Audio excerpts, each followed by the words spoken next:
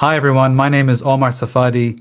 I am a mindset and results coach, and I am thrilled to be on the online prosperity show where I talk a little bit about myself and about my coaching and my life journey through corporate career and life and burnout, and what led me to finally finding my purpose in starting my coaching business to help others who have a similar path in life avoid burnout, find purpose, and really do things that they love and are meaningful for them in life. I hope you enjoy the show, and I'll see you in there soon.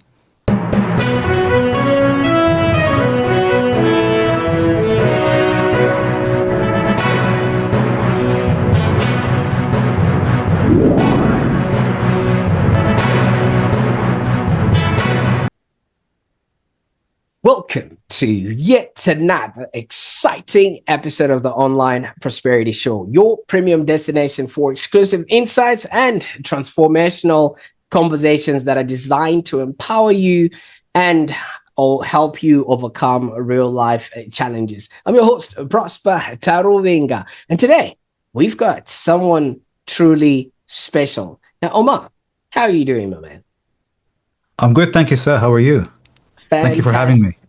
Thank you so much. Now, for those that are tuning in and watching this, Omar Safadi is the founder of Coaching for Real Results. Now, Omar himself spent nearly 15 years climbing the high stakes ladder in corporate consulting and mergers and acquisitions, only for him to hit a breaking point, which then led him down a very, very powerful path of purpose. Now, we're going to expect a few candid stories, practical strategies, and also honest reflections that will resonate deeply with anyone that feels misaligned, especially in their career and their life. And we're going to dive into Omar's outlook and also the burnout that he faced.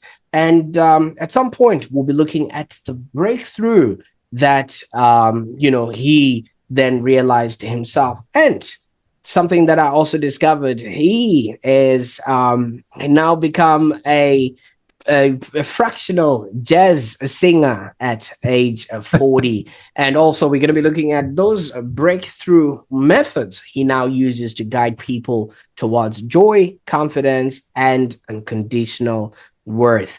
I know there's going to be laughter, there's going to be tension, but in the end, I know you're going to be inspired and maybe even ready to take on your own specific leap.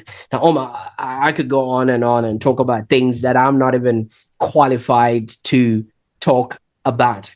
Your journey came from boardrooms to jazz clubs. Could you maybe paint a little bit of a picture of what life was like, in the lead up to your breakthrough? Yeah, so I started like many, many people that I know and have encountered over the years, where we want to have a great career, we want to make our parents proud, and we want to be successful. And that's really the origin of the consulting career and working in M&A and corporate finance. And for many of us, we start with this drive and this ambition, but sometimes at some point we realize that what we're doing, as you said, the perfect word was misalignment. We start to realize that what we're doing is not really a reflection of who we are deep down. And the backstory to this is what I always wanted to study deep down was psychology. I've been, I guess you can say, a psychologist to everyone around me when I was still a kid myself. And I always knew that this is the kind of thing that I can really be great at and would really give me that sense of fulfillment and purpose for sure. But when came the time to choose my qualification, what I'm going to study, the forces of nature at the time that in a way influenced a lot of my decisions, I found myself that if I go down the path of psychology, I won't have the approval of someone that was basically my father. He was a very influential person in my life, and I wanted to study psychology, and basically I was told that you will not be successful if you study something like that. No one, back then, I'm born in Jordan, and at the time and in that country, no one went to see psychologists. The stigma was still there, and success was a big thing. And if you're not successful, if you don't really always make those around you proud, then you're really not good enough, I guess. That's in a way the theme, that mistakes and failure mean worth. It equates with whether the person is worthy or not. So I went into the field of economics and finance and mergers and acquisitions instead. And for some time I enjoyed it. For some time I felt that, yeah, like I can do this, I'm good at this, and there's excitement to it. I enjoyed it. But quite quickly I became disillusioned and realized that this doesn't represent who I am. I wanted to do something more with my life, and but I ignored it for a long time. I ignored it for a long time and just continued pushing through. But it came about to the point where in 2016 I just broke down. The hours and the intensity and the always go, go, go, and everyone counting on me and having too many people to worry about, and also worrying about how I am portrayed to those around me. And it's quite difficult to always try to be strong all the time, or at least be seen strong. And I think even, especially for men, like it's often difficult to open up and say, I need help. And that was it. Like a lot of it was me just continuing with that path of, I'm okay. You don't have to worry about me. I'm doing great. Everything's perfect, but it wasn't. And that breakdown was really the defining moment, because I realized that there's nothing in life, there's no amount of money, no amount of success, no amount of glamour will be enough if deep down we don't feel that we're doing something aligned, if we feel that there's something out there for us, but it's not this, we're meant for something else. And the first step to the, if you can call it, transformation from that point was I reinvented my career. So I didn't want to, because I still loved what I did, but I felt that it wasn't going into the right direction. So I shifted my career into the public sector. And I have to say, I really found purpose in that, because it was no longer profit lines and stock prices and, deals being closed and CEOs becoming, even highly, even richer CEOs, and the bottom line is bigger and bigger. It went into actually leading projects and doing things that translate into communities being better, into people's lives being better, into the money where it's spent around the state, so that we can improve people's lives and really be part of that. And for me to know that from that point, when I get out of my house and I know that what I do every day is touching everyone's life. The person that is walking down the street to catch the bus, the person that is getting on the train, the person that is driving their car, and anyone in between. That sense of purpose really changed a lot of things for me. And that's the journey of purpose. That's where it started. It became all about finding purpose, living it, and making sure that what we do is actually going to where it should be and where it can help people the most. And that path started to lead me down a path of, I'm sorry if I'm taking too long with the answer. If you can interrupt me and ask me more questions if you like, but that path of purpose really led me down this life of no longer doing things for the sake of others, or to impress anyone else or to look successful on paper. We do things because they mean something for us and because they are important to who we are as people. Also, living a life of facing our fears, never letting anything that we are scared of or self doubt or anything like that come in the way. Mm. And you mentioned jazz. So right now the jazz clubs are, as you said, a very small part of my life, but being able to live a life of purpose and have more time in my life to do the things that I love and have passion for led me and allowed me to be able to do something that I always wanted to do as a kid, but I always was too afraid to do, which is sing. I was always a musician, but I always hid behind the drums. It was safer back there. If you make a mistake, no one will catch it as much. And you just protected, behind the kit. But deep down, I wanted to be a singer. I wanted to try singing and facing the crowd. And I started that for the first time in 2023. And from that is, I don't know if you've seen the movie Sliding Doors, where one small choice or one small moment can really lead to quite a change in the outcome.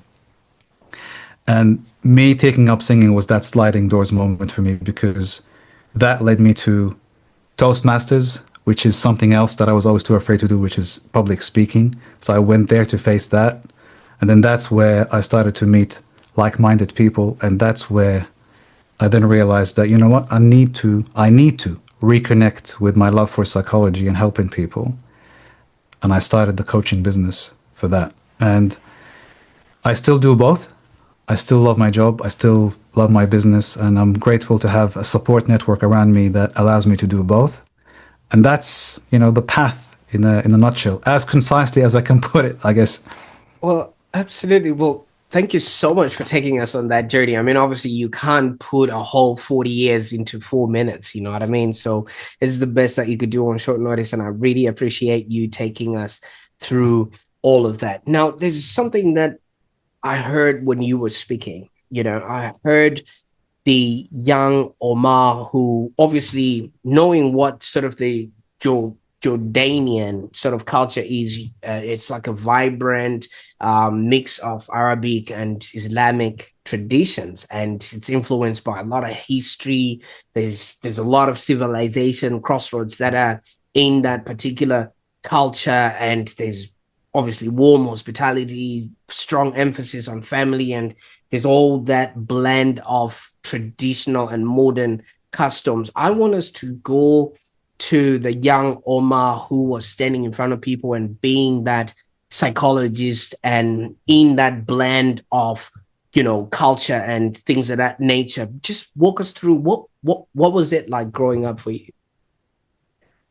Uh, Jordan is one of those places that when you look it up, you just see Petra and you see a bit of history, and it's definitely has its historic parts. But for me, when I hear that word, I just think of my friends. I just think of the people that I went to school with.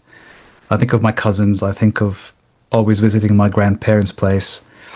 My network was always very small. I'm someone who loves, or at least I find that the person that I am, I prefer a small group of really, really close people than many, many people, but that you can maybe call just acquaintances or not really close. So I always had my tight knit group of people.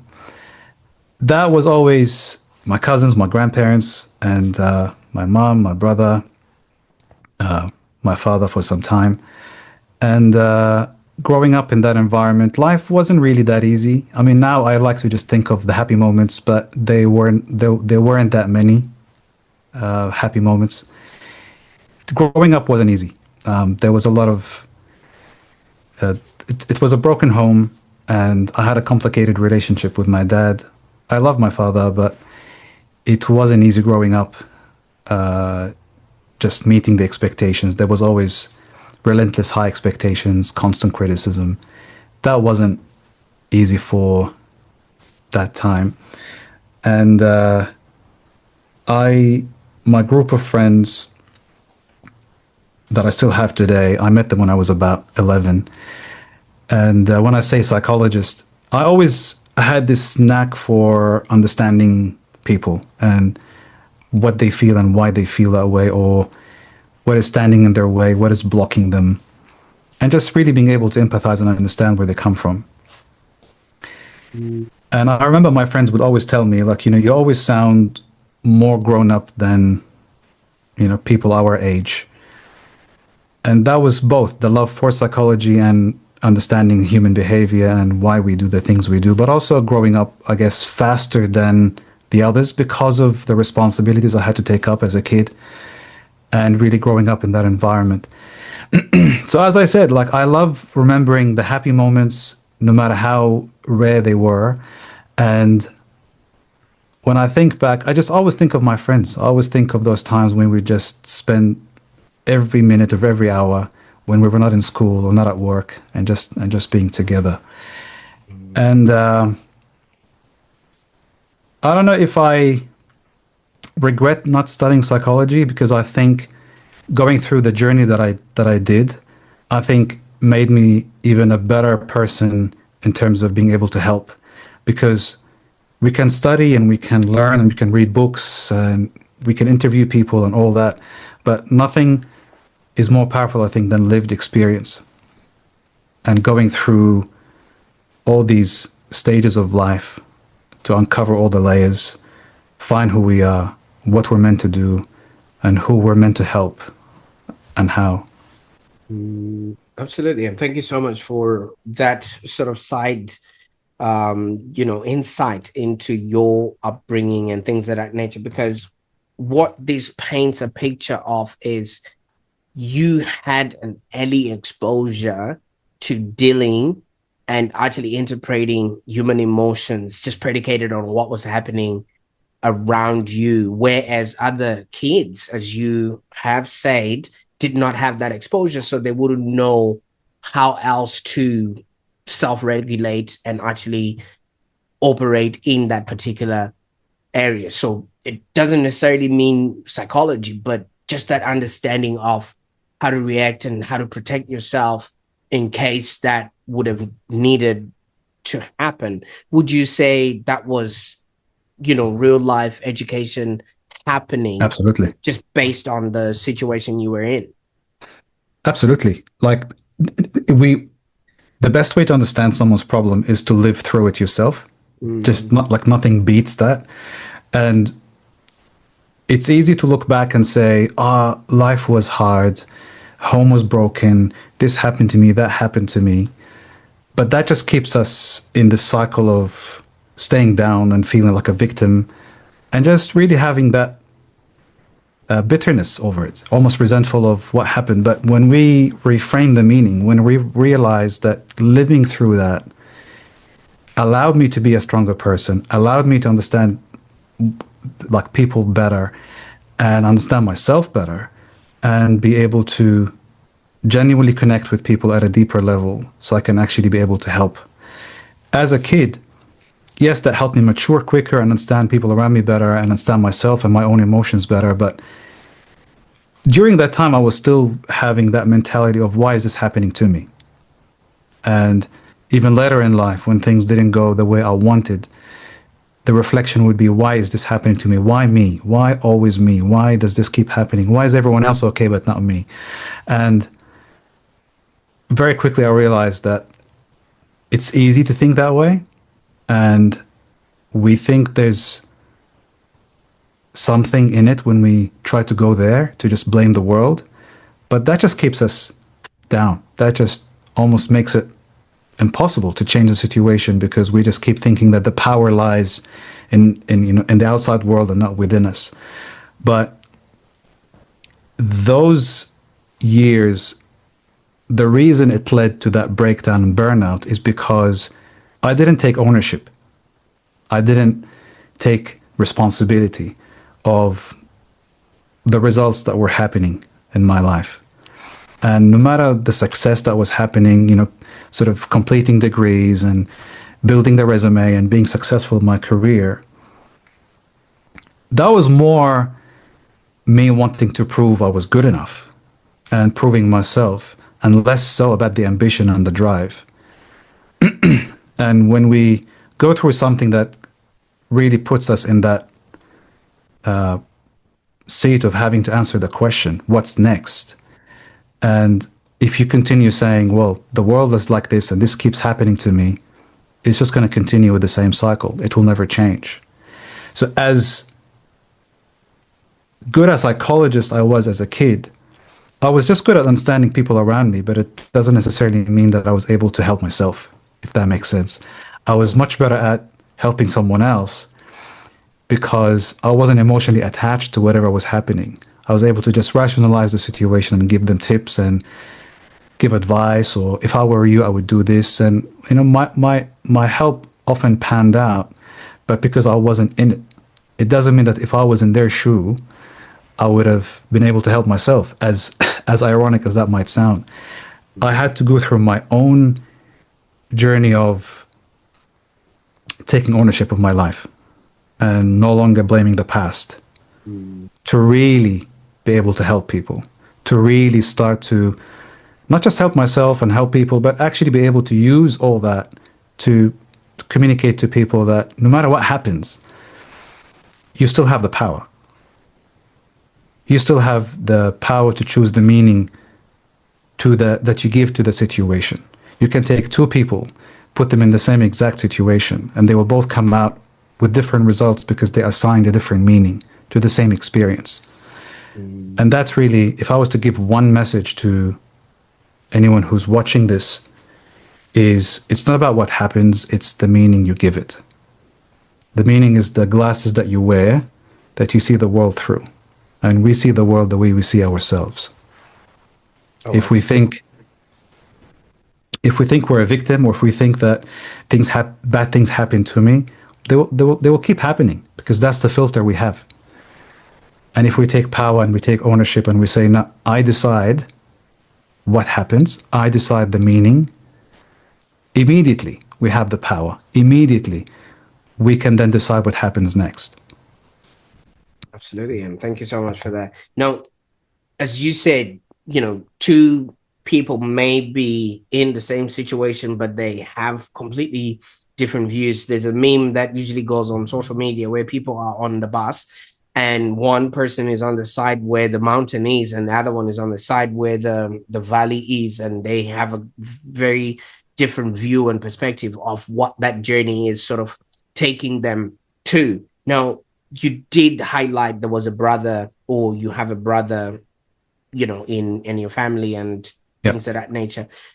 Were they also seeing things the way you were seeing them, or was it a whole different world for them as they were growing up? You can speak to that if you. Excellent question. So my brother is 6 years younger than me. He's not just my brother, he's always been my best friend, still is. And it's funny you ask that, because we had similar experiences, but because of me being the older brother and my nature, I'm more serious. I'm more of a a small group of friends. But he's in the life of the party. He's always been social, much more social than me. But in a way, apart from the difference in personality, because I felt that I have to be the protector, I kind of started to become like a dad, like a father, more than a brother, which in my head at the time I was doing the right thing, but I don't think I necessarily was really doing the right thing, because the relationship became a bit always protective and always, kind of like telling him what to do, what not to do. And it's not easy, no matter how well-meaning I was, to really deal with that. And because we went through a similar life, we had pretty much the same situation. We lived through it together. He and I dealt with it differently. He is a life lover. He's always looking for ways to have more joy in life.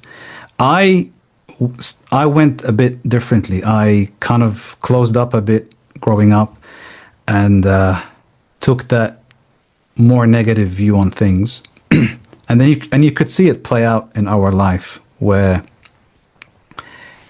he continued to build this wonderful network of friends, and my world kind of got smaller over time, which again is a reflection of that mentality of, just work, work, work, career, success, build a resume, no time for anything else, and proving myself I can do this. And at the end of the day,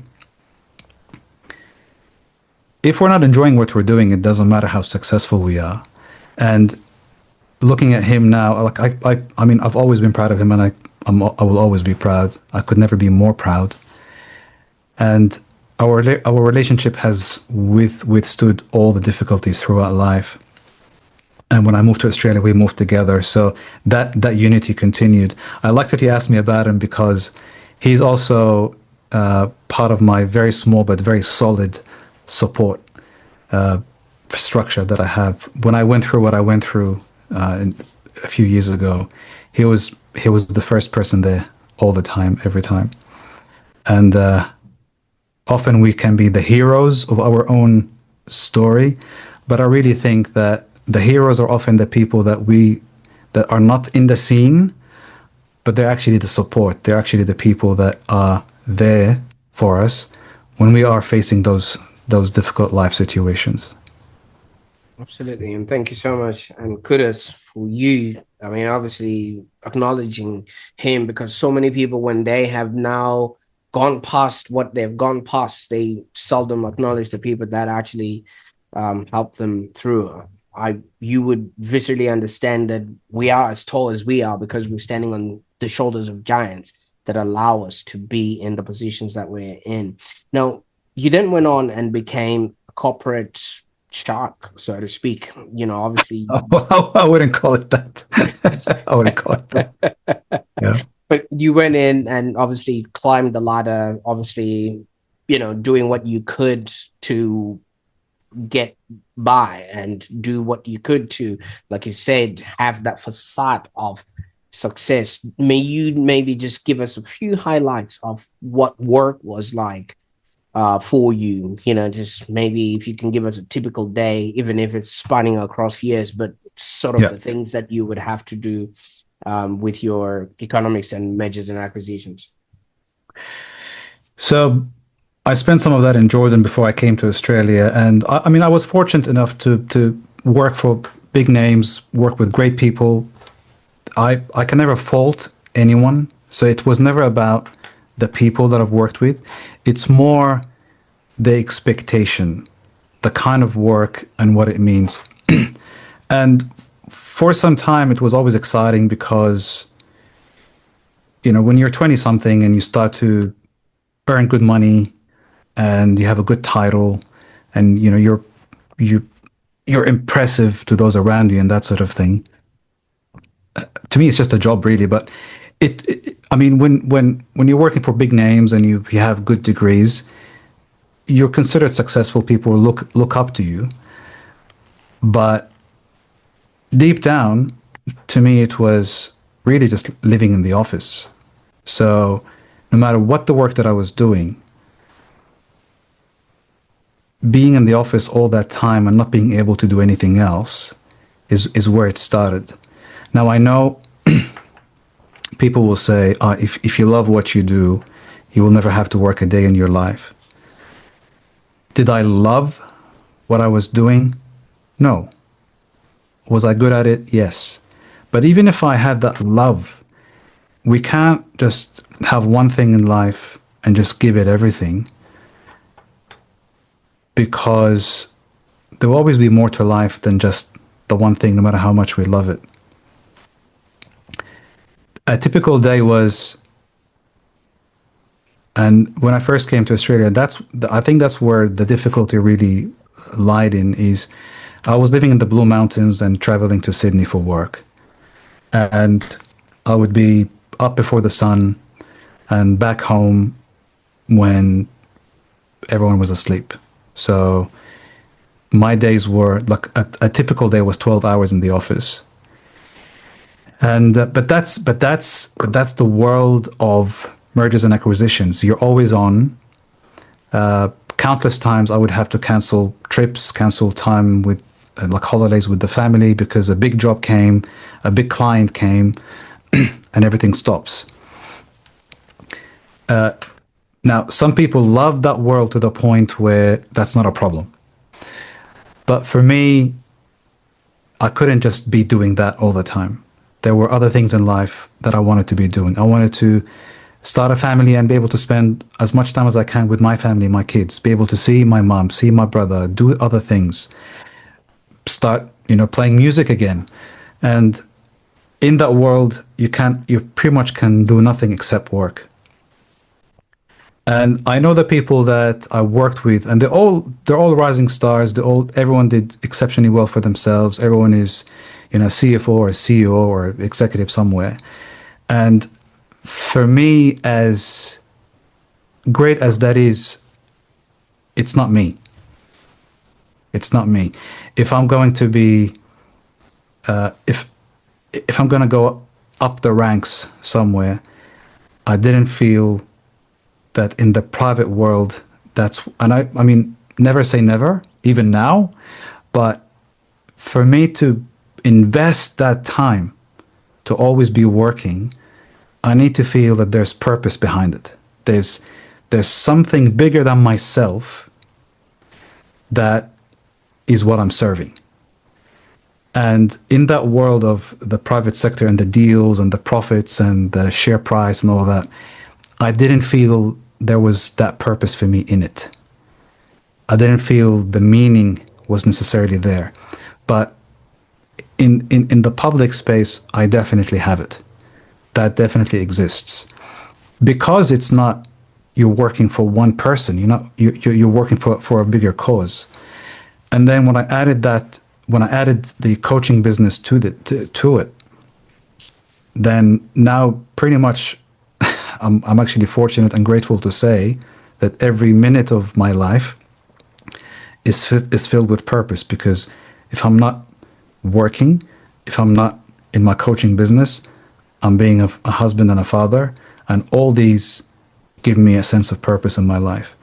And if I stayed in just one world of always working in an office, I wouldn't have that. I wouldn't be able to play music or go become a speaker or start writing and potentially get published soon. So that is where it all started, realizing that all my time is going to one thing, and that one thing is not giving me that sense of meaning.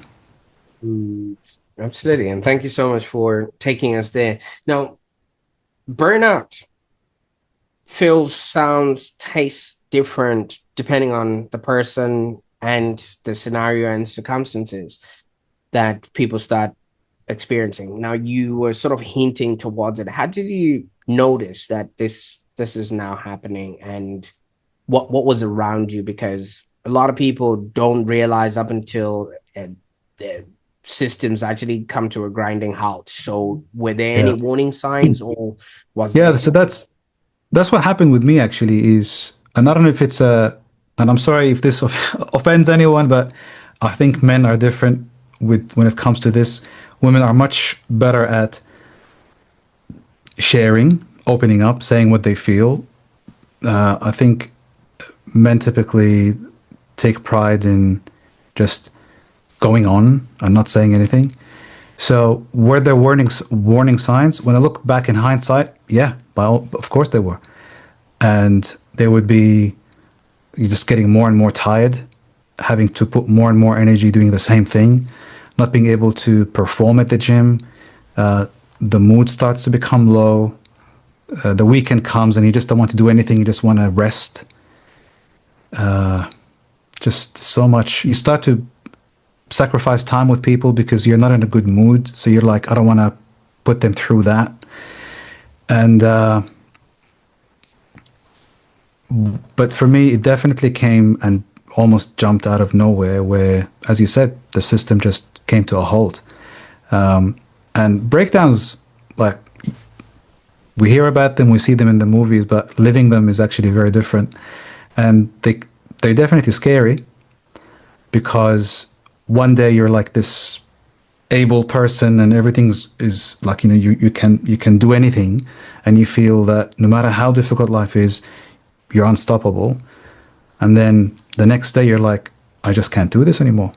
And I lost I lost 12 kilos in only a few weeks, a couple of weeks. It was I couldn't, it was hard to get out of bed. So it's not fun, that's for sure. And the burnout for me was definitely something that I didn't see coming. So if I was to say anything to people is, don't wait for the signs to be in hindsight. By all means, watch your energy levels, watch your mood, watch if you're still enjoying the things that you used to enjoy, and see if you're still spending time with the people you love, or are you starting to avoid people because of just how you feel. I hope I answered your question, because I really want people to not let it be a surprise and be Oh, on top of it. absolutely. I don't know if you've seen this or they still do it on the cars, but my car doesn't have it. Have you ever seen in the side mirrors, it says objects appear closer than they actually are, you know? Yeah. So sometimes you might actually really need to do a head check, because sometimes if you're just looking at what's, like you said, you were a public success, but a private, sort of like you didn't feel adequate in your own sort of way and things of that nature. Yep. In moving around, people will be like, you should be like Omar, but deep down you were like, please don't. You don't want this, things of Yeah. that nature. Now, you went on and reinvented your career into the public sector. Did this take you time to then really see that this was going to inhibit you moving forward, or did you see anyone, were there any other people that got involved in you actually making this change in your career? Uh, the way it happened was, in a way, like, part of my work in consulting, I did also do projects for government. So the work with government wasn't foreign to me in a sense, but it was never on the radar. And going through that time where I stepped away to just have that break that I needed, it was really just through connecting with a few people that I've known in the past, where this opportunity came about. And to me, it was potentially just a contract that will finish in a year. That's how it started.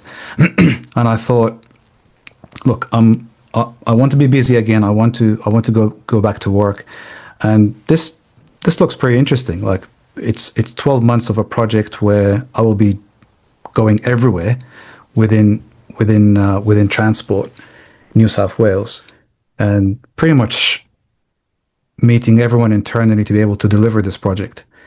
And that could not have come at a better time.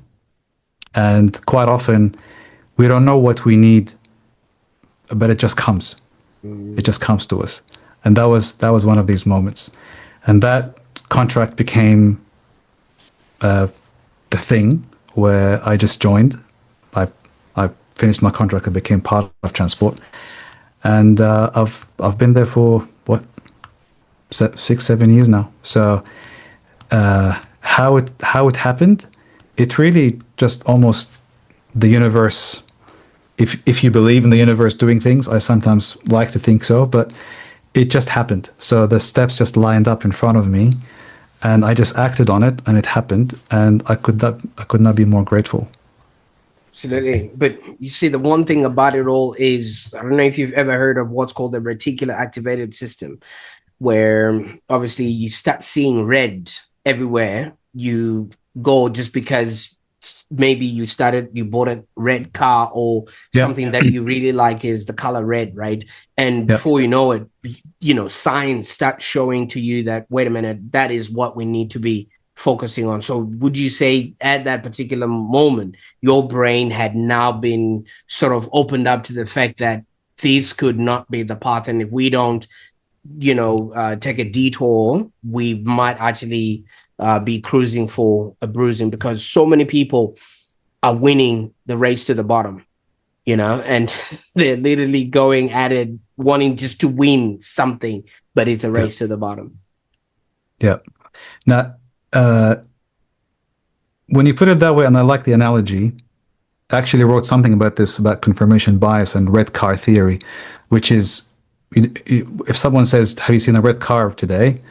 You say no, and then for the next few hours, all you see is red cars around you because now your brain is primed to see that. Was my brain primed, in a sense, to go for that opportunity? Potentially, because there were other possibilities that were happening at that time, but that particular one stood out for me, and there was nothing about it, like it wasn't about the money, it wasn't about where it is, because it was quite further away from where I lived. It was really just about, so this is a project that I know I can do, and I'll be in this environment where if I'm working for someone, I'm working for the taxpayers. And something in that concept just felt good. It felt Mm. good to think, I'm working for every single person out there, including myself, because I'm also a taxpayer. So I'm working for the people. There was something romantic about it, something poetic about the idea, even though it's still numbers, it's still projects, it's still consulting, it's still investments, all that. But the feeling was different. And that's, in a way, the concept, the analogy of the bus. It's still a bus because I'm still using my skills, but the view is different because I'm now doing something with a different purpose. Absolutely. And obviously you've gone on and are now helping others, especially people that are, at the cusp or going through their own burnout and things like that. Could you maybe share with us what it is that you now do, and especially one of the specific methods in vital breakthrough coaching that you Yeah. help your clients, especially with that misalignment, that everybody has, where they think what they're doing is what they're supposed to do, but there's a chasm Yeah. between, who they are and the very thing they're supposed to be doing. Excellent, excellent question. I when when you start when you go into the world of coaching, I think a normal tendency is to think we want to just help everyone because we can, and we think because we have the tools, right? But to help more people and to help more people faster is knowing who can we help the best, or you can think of it as niche, if you will. But it's really who's the person that I can help the best, and through reflection as well as really common practices in coaching, your ideal client is a younger version of yourself, or someone who's gone through a similar journey or facing a similar problem. And that just like, yep, easy. Because if someone wants to reinvent their career or start a business or start their own thing that gives them that purpose, I know I can help them because I've lived it. I've gone through it. I've done the thing. And now plus the experience in strategy and actually having the tools to not just theory, but how to make things happen, and being able to understand the problem, the journey that I help my clients with is really a very similar one to mine, where people that know, like, they're successful, things are good, there's nothing wrong with life, but they know there's something different. There's something different for them. They're meant for something else, and they're tired doing what they're doing now. They're burning out. Their time is spent on work, and quite often, what stands in people's way is really just mindset. Is really understanding themselves better, what they actually want, what ultimately is meaningful for them, not for others. So not living someone else's version of success, but actually finding their own, and then making that happen. And I'm glad to say that so Vital Breakthrough is my 8-week program that I help people with. And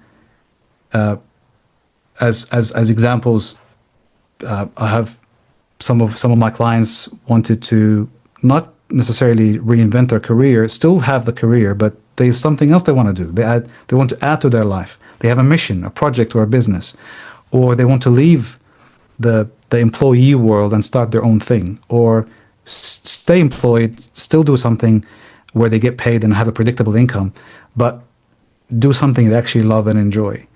And there's no one size fits all, but the core seems to be that everyone feels like, well, things are good. I can't complain, but I'm just not fulfilled. I'm not happy. I'm not inspired. There's something else I want for myself, but I just don't know what it is, don't know how to get it, don't know how to find it, don't believe in myself enough to be able to do it. And that's what I'm grateful for, which is being able to help people through that, thanks to the skills, thanks to the experience, but also thanks to my lived experience with it. Oh, absolutely. And obviously, if you're watching this right now or listening to this and you've maybe stood at a career crossroads, I want you to leave a comment in the bottom there, just telling us, what your experience was. Let's join the conversation and help each other grow in ways that would help us reinvent our careers. Now, back to you, Omar. Now, obviously, a lot of people, like we've said, don't quite see this coming, or there's, like you experience, societal expectations that expect them to be a certain kind of person or a certain kind of being, just predicated on their gender or cultural norms and things of that nature. Have there been sort of any misconceptions about maybe coaching or burnout recovery that you've had to actually debunk for your clients? Because sometimes, like you did mention, psychology had a stigma around it. Now, can you imagine going to a coach so you can recover from burnout and things of that nature? Yeah. Is there something that you've experienced along those lines? I wouldn't say in any meaningful way or in any material way. And I think because coaching is quite forward focused, and I think now, even if I was to go back in time, would I study psychology? Maybe not. Who knows? Because it's easy to stay in the past when we're talking therapy and psychology. And of course, like every discipline has its own merit.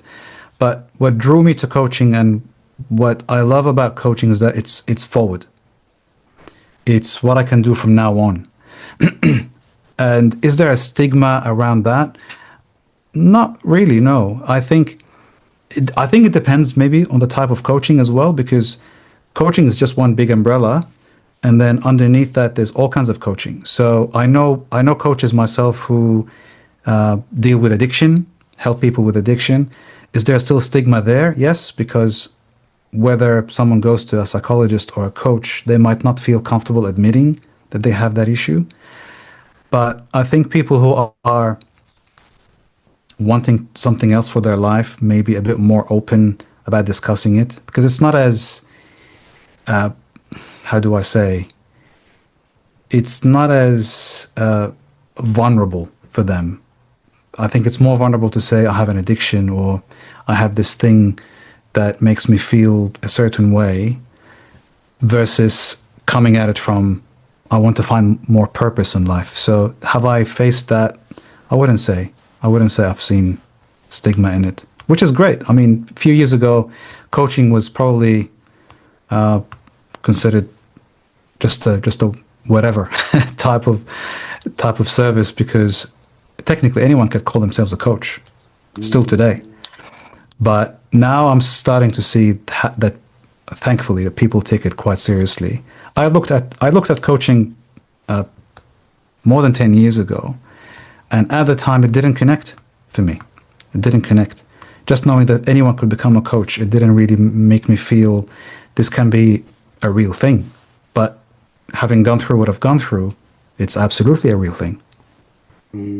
Now, Omar, obviously, I mean, I'm just really playing the devil's advocate here. So half of the time, you did mention that, obviously coaching is forward facing, you're getting people to connect with their future self and not necessarily the past that they are coming from. I think it was Bill Gates that mentioned the statement that most people overestimate what they can do in 1 year, and they underestimate what they are capable of in 10 years. I just sort of paraphrased that a little bit.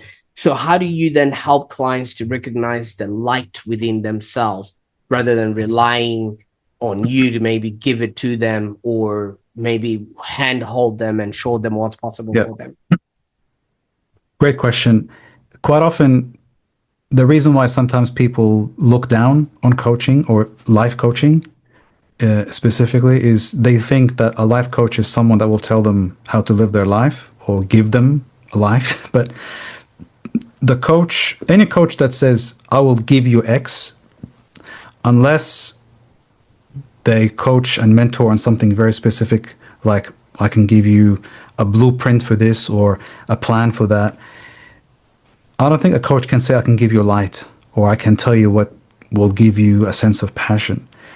A coach is just a shining, like it just shines light in the right directions and help you see the blind spots and really just help you find the key. So you already have the keys within you. The coach is just helping you believe you have them and see them and find them. And I absolutely agree with that statement that I see it quite often, and it happened to me as well when I started, which is in a year I'll be doing all that. And that's when we're still at top of the hill, and we didn't go through the what they call the valley of despair, which is when we start to face the reality of how difficult it can be to achieve what we want to achieve. And that's where most people start to quit. But that's also where it's very most helpful to have a coach, because once we overcome that, that's when the results happen. So do I think that a coach can give anyone anything they don't have? Not really. But a coach can definitely help you get there faster and easier. That's for sure. Absolutely. Now, if somebody's watching this or maybe listening to this right now and maybe wanted to start their own transformation, where would they go to on the internet? And maybe could you give us a few pointers of what they could do to give themselves some sort of first aid or leg up? Well, I think the first thing is it depends what they want to help with. And we now live in a time where technically any problem has someone that you can go to help you solve it. But often what happens is that people don't even take that first step. They don't take the first step of admitting something needs to change. And there's enough distractions in the world to keep us away from actually facing that question. What needs to change, or what is happening? So I would just say to people that they feel something needs to change, or something is not right, but they don't know what it is, just start talking to someone. Whether you jump on Google and look for a coach, whether you go to a support group, whether you just pick up the phone to a friend who may have been through something similar, they might give you pointers. The most important thing is admitting there's something that needs to change. And until that happens, nothing else will happen. And I find one of the most common things I hear people say through coaching, probably the single most common thing they say is, I wish I've done this sooner. They always tell you that they knew something needed to change, but they just didn't act on it until they did. And once they did, they thought, I wish I've done it sooner. So always take action. Doesn't matter what kind of action. Action will never be perfect. But if there's something that needs to change, first admit it to yourself. Until you do, nothing will ever change. Until you admit something needs to change, you can't change anything. Admit it to yourself, talk to someone. So nothing changes if nothing changes. You know, that's just the way things work. Now, we did give an analogy of a car, you know, the rearview mirrors with the line that says objects might appear closer than you think. There's also something about a car, the check engine lights, you know, when it starts popping up. I think car manufacturers should just write there to say, this is going to cost you. All right. Yeah. So for people who have now started to see that check engine light, and maybe this podcast is that check engine light for them, where can they go to and maybe start a conversation with you, and what can they expect? If someone wants to talk to me, I mean, I don't know if you can drop the website in there. So omarsafadi.com.au. You can book a free strategy session with me where we can talk about what's happening.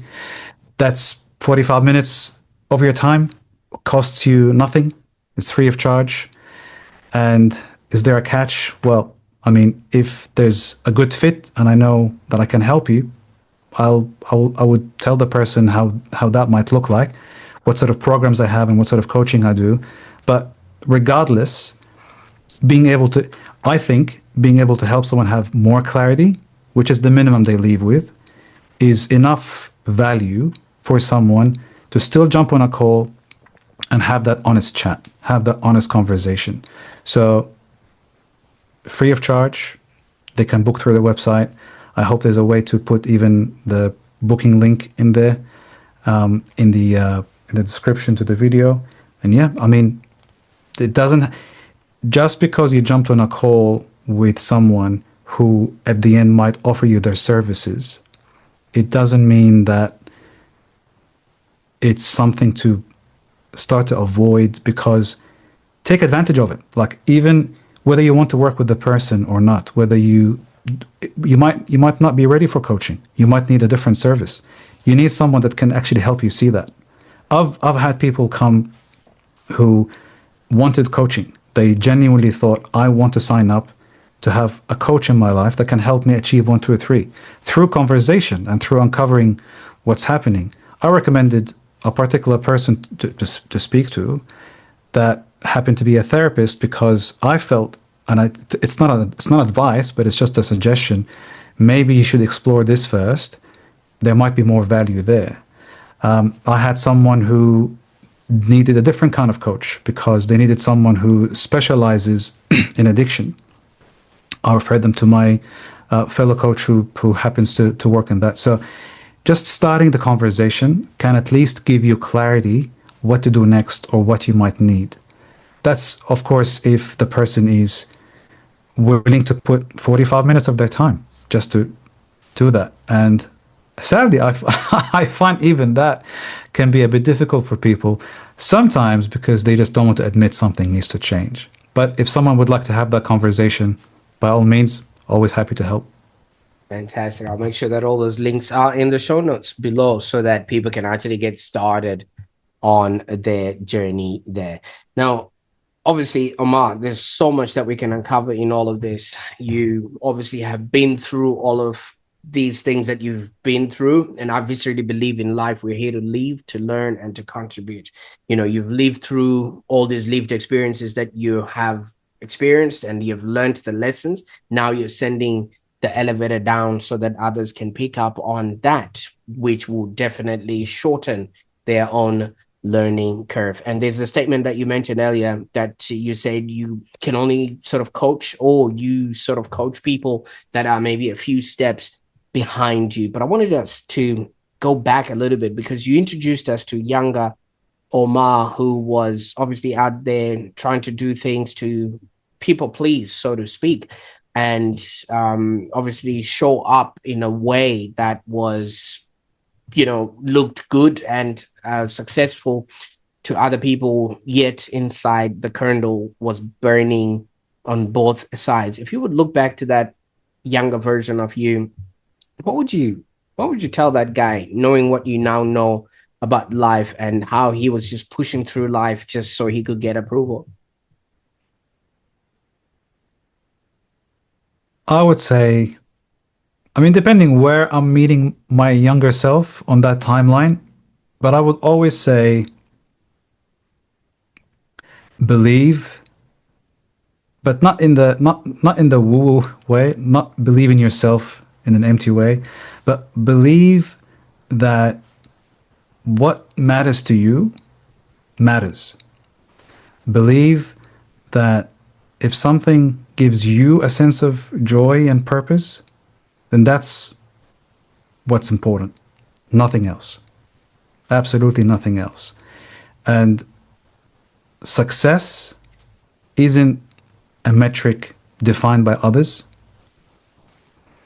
Success is what we define for ourselves. It's a dangerous game to live life according to metrics set by the outside world.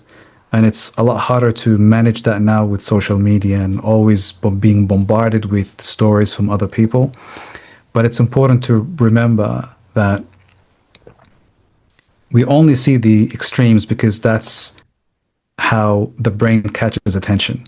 The average is not interesting enough for the brain. So social media, the news, the world, your friends, everyone will show you the extremes, the terrible failures and the amazing successes.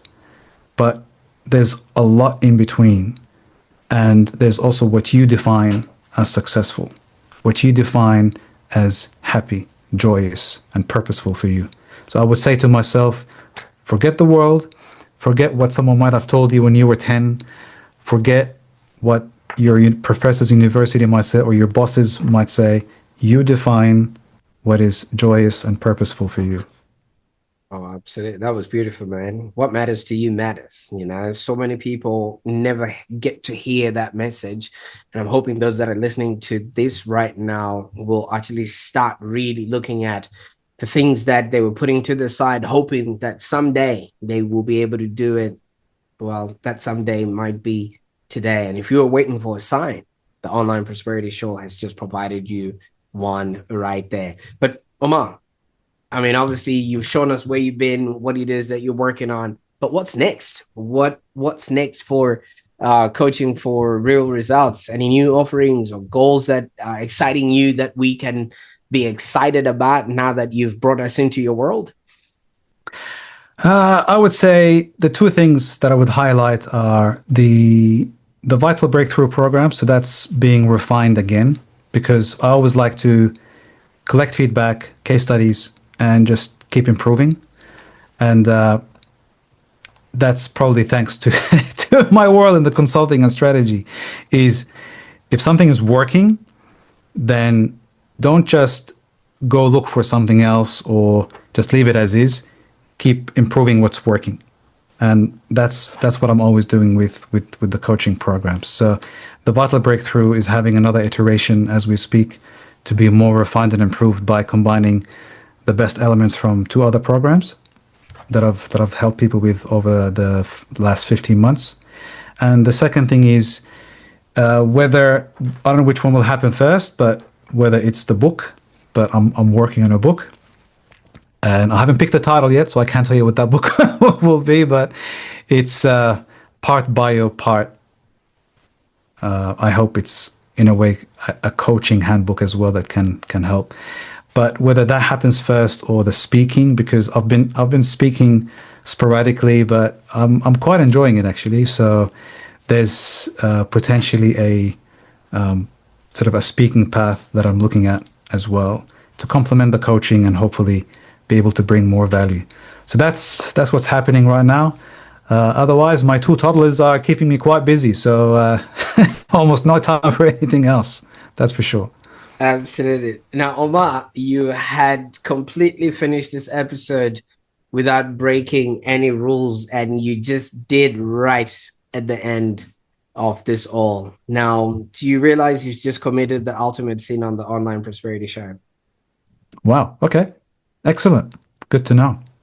And I didn't break any rules. I didn't realize what the rules were. That's good. That's good. Well, you did not mention that you're writing a book or that you're going to be putting a book out there without offering and pledging that you're going to come and launch it on the Online Prosperity Show. So here's your opportunity to redeem yourself. Ah, so the book is really just so far scribbles on a paper. That's why I say I don't know if that's going to be first, But but that's okay. That's all right. Whenever you're ready, you're welcome to come and showcase it on the Online Prosperity Show. okay, I can. I'm not sure how like what's happening there. I didn't realize there's something around books. It's a thought that I have right now, That's all right. whether it will happen or not or how. But I hope I'm not pledging anything because I I definitely not ready to do that. Not a problem. Not a problem. Well, that about wraps up an eye-opening episode of the Online Prosperity Show right there with Omar Safadi. And as you have been following along, he's journeying from corporate breakdown to the jazz singing burnout coach shows us how powerful purpose truly is. We actually explored the relatable pain and surprising solutions, and also the real shift that makes this sort of transformation a stick. So, if today's discussion really resonated with you, which I know it will with a lot of people, and you are now ready for a life that is aligned with your own values, I encourage you to visit omarsafadi.com.au. I will be putting all those links in the show notes below, and check out his vital breakthrough coaching program, or just connect with him on Instagram and see what it is that he's posting out there. He did mention there's going to be a book out and also a visit to his courses, so you will be getting the best of the best, since he now is working with data. And if you're happy with what we're doing here on the Online Prosperity Show, please join us for our next episode, where we are going to be talking about cultivating a happier existence. And I think it's already showing to the side there. Just click that link and go to the next episode, because we're going to be talking about creativity and intention. And if you're still watching right now, I encourage you to maybe share this episode with someone that you know is probably going through or is at the verge of some sort of burnout. And if they are longing for alignment, please just slide this to their DMs. They might actually get a recourse or help from what we just discussed here. And if somebody has shared this with you, the next time you see them, just give them a big hug, because they're seeing something in you that you can't see in yourself. And finally, I can't wait to see what you're going to do with this information. If Omar's journey has inspired you, just drop a comment below and let us know that you've also been there, or you've helped somebody who was almost about to get there. Until next time, thank you so much for listening. I'll see you next time on the Online Prosperity Show. Bye for now.